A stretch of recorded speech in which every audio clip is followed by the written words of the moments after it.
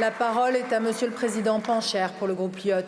Madame la Première ministre, les députés du groupe LIOT, comme le monde entier, ont découvert eux aussi avec effroi les attaques du mouvement terroriste Hamas contre la population civile israélienne. C'est avec la plus grande fermeté que nous les condamnons sans aucune réserve. Quelles que soient les causes, les humains ne peuvent pas en arriver à de tels niveaux d'atrocité sur leurs semblables. Les assassinats, les prises d'otages d'enfants, d'adultes, de femmes ou de personnes âgées sont des actes monstrueux. Nous apportons notre totale solidarité aux familles, aux proches des victimes, des disparus, des otages du Hamas prises dans un chantage odieux.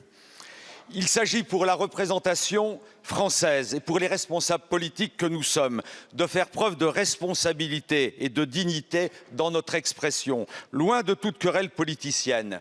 Les prises de position avec de la surenchère, sans aucune nuance, celles cherchant des excuses ou appelant à la vengeance ne peuvent décemment être acceptables aux prises avec un conflit d'une telle complexité.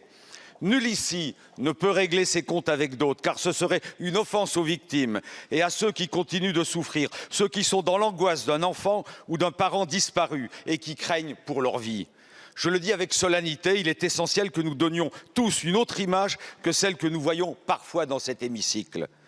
Nous avons appris ce matin, malheureusement, la mort de 4 Français. Nous apportons évidemment notre soutien et nos condoléances à leurs familles et à leurs proches. Nous demandons au gouvernement les solutions qu'il va mettre en place pour nos ressortissants actuellement en Israël et qui souhaitent revenir en France. Nous craignons un déluge de feu à venir et un élargissement du conflit. Il appartient, au-delà de l'émotion légitime immédiate, que la France, l'Union européenne et l'ONU puissent commencer à envisager des solutions pour éviter un engrenage incontrôlable. Madame la Première ministre, c'est dans ce sens qu'il nous faut tous œuvrer. Je vous remercie.